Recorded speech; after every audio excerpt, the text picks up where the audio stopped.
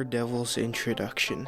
Chainsaw Man has officially returned with another new chapter, adding more about Mitaka and her newfound relationship of sorts with the War Devil, along with a lot of build-up for events to come.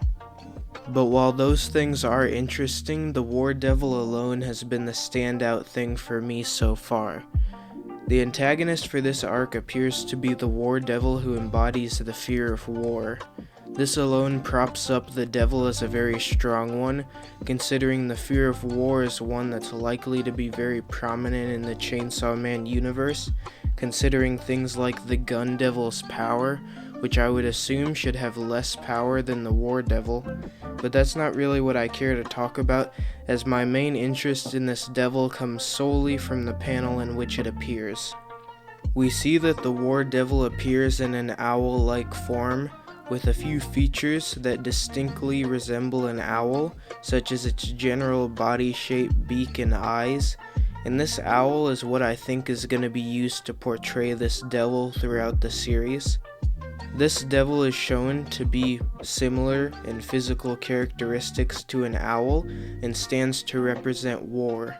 This clearly reminded me of Athena from Greek mythology. Well, Athena is the goddess of strategic warfare, but it's close enough. In Greek mythology, Athena, being the goddess of strategic war, was formed from Zeus eating medicine Athena. Zeus then started experiencing great headaches, and Athena burst out from his head. Knowing that devils are formed from fear, and war is a concept not specifically applicable to humans, I think that this Athena theory makes a lot of sense, with the concept of war among humans and primarily devils eventually creating the War Devil. And this can fit with Athena's gruesome birth suiting Fujimoto's style of writing, and just a lot of things about Athena in general. And this fits in line with my theory of there being a kind of devil hierarchy, not exactly a constructed society, but a clearly established power level of all of them. So the War Devil's existence could have been prompted by one of the top devils, like maybe the Death Devil, as death and war are very similar. And it's also kind of implied by Makima that there are 4 top devils, including herself, so it's possible one of the other devils had a role in my theory.